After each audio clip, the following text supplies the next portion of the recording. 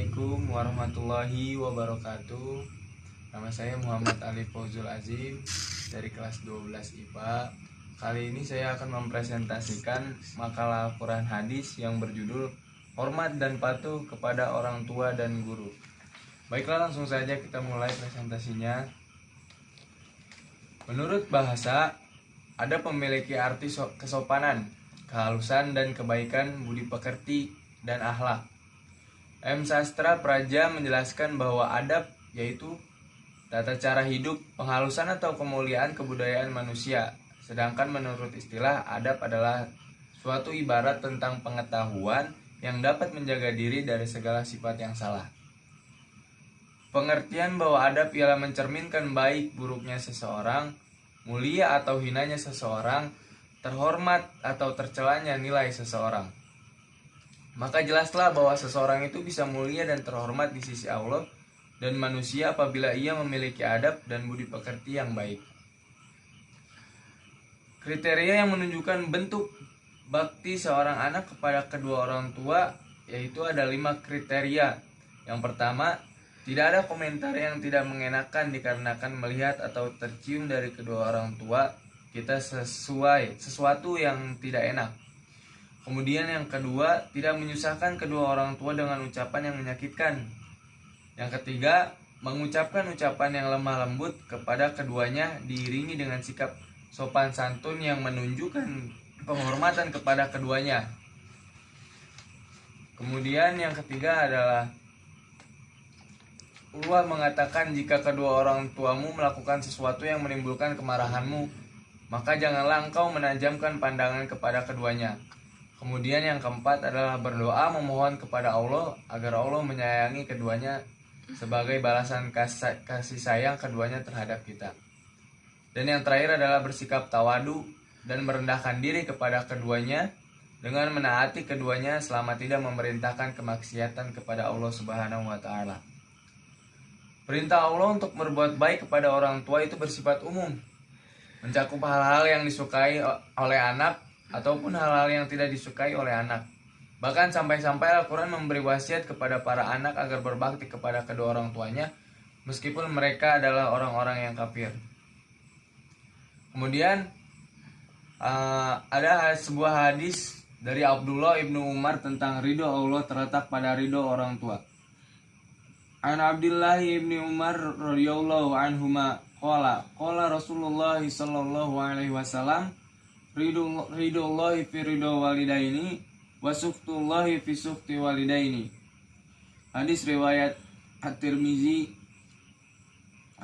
yang artinya dari Abdullah bin Amrin bin Ash radhiyallahu anhu, ia berkata, Nabi Muhammad sallallahu alaihi wasallam telah bersabda, keridhoan Allah itu terletak pada keridhoan orang tua dan murkanya Allah itu terletak pada murkanya orang tua.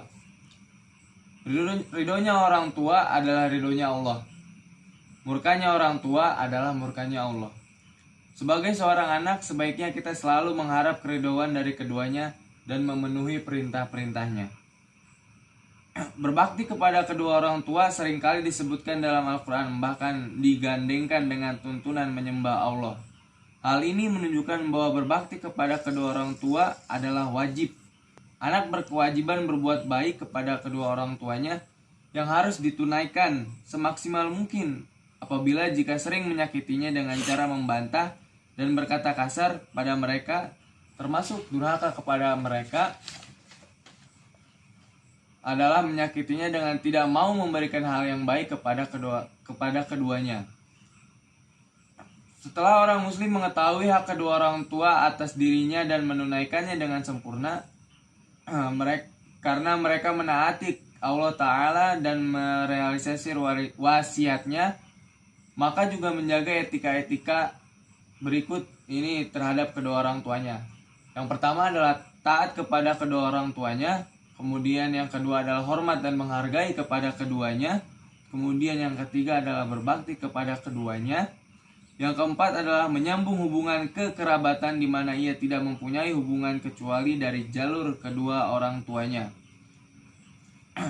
Kemudian menunjukkan contoh perilaku yang mencerminkan hormat dan patuh kepada kedua orang tua Yang pertama adalah birrul walidain. Istilah birrul walidain terdiri dari kata biru dan walidain. Al-walidain, biru atau al-biru artinya kebajikan, dan al-walidain artinya kedua orang tua atau ibu bapak. Jadi birrul walidain adalah berbuat kebajikan terhadap kedua orang tua. Kemudian yang kedua adalah kedudukan birrul walidain. Birrul walidain mempunyai kedudukan yang istimewa dalam ajaran Islam.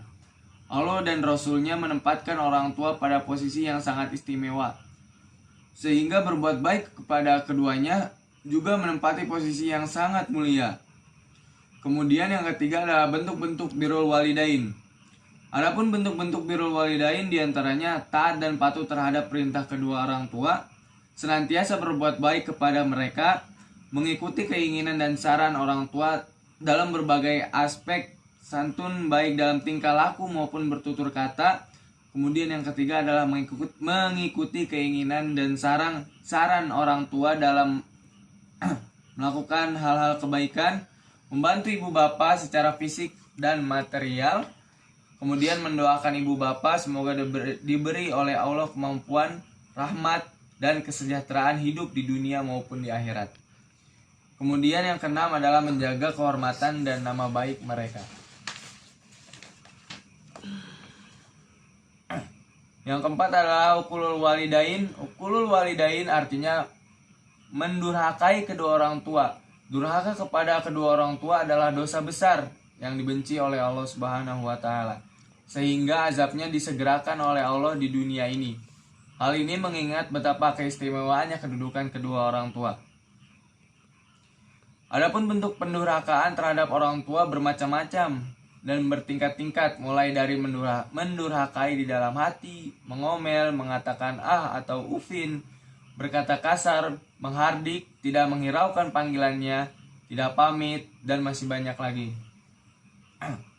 Kemudian ada sedikit cerita dari kedua orang tua saya. Nama saya Muhammad Alif Fauzul Azim, biasa dipanggil Alif. Tepat pada tanggal 7 Maret 2006, putra pertama dari keturunan Andri Novian dan Uswatun Hasanah, ayah dan ibuku mempunyai latar belakang keadaan keluarga yang berbeda. Saat itu ayahku setelah lulus dari SMA, ia dikirim ke Jepang oleh sekolahnya untuk kerja di sana. Karena pada saat itu keadaan ekonomi keluarga belum stabil. Padahal ayah saya ingin sekali kuliah di universitas perguruan tinggi. Ayahku lahir dan besar di Cikarang. Setelah kontraknya habis di Jepang, akhirnya ayah saya memutuskan untuk balik ke Indonesia dan kerja di PT di daerah Cibitung. Sementara ibu saya, ia lahir dan besar di Banten. Ia berasal dari keluarga yang kurang berkecukupan, dan akhirnya ibu saya memutuskan untuk merantau ke Cikarang setelah lulus dari SMA. Di Cikarang, kedua orang tua saya bertemu dan dengan keadaan yang sudah cukup mapan. Ayah saya dengan pekerjaan PT-nya, begitu juga dengan ibu saya dengan pekerjaan PT-nya. Dan akhirnya mereka pun menikah di usia yang masih sangat cukup muda lah. Kemudian kesimpulannya adalah menurut bahasa adab memiliki arti kesopanan, kehalusan dan kebaikan budi pekerti, akhlak. Sastra Praja menjelaskan bahwa adab yaitu tata cara hidup, penghalusan atau kemuliaan kebudayaan manusia, sedangkan menurut istilah adab adalah suatu ibarat tentang pengetahuan yang dapat menjaga diri dari segala sifat yang salah.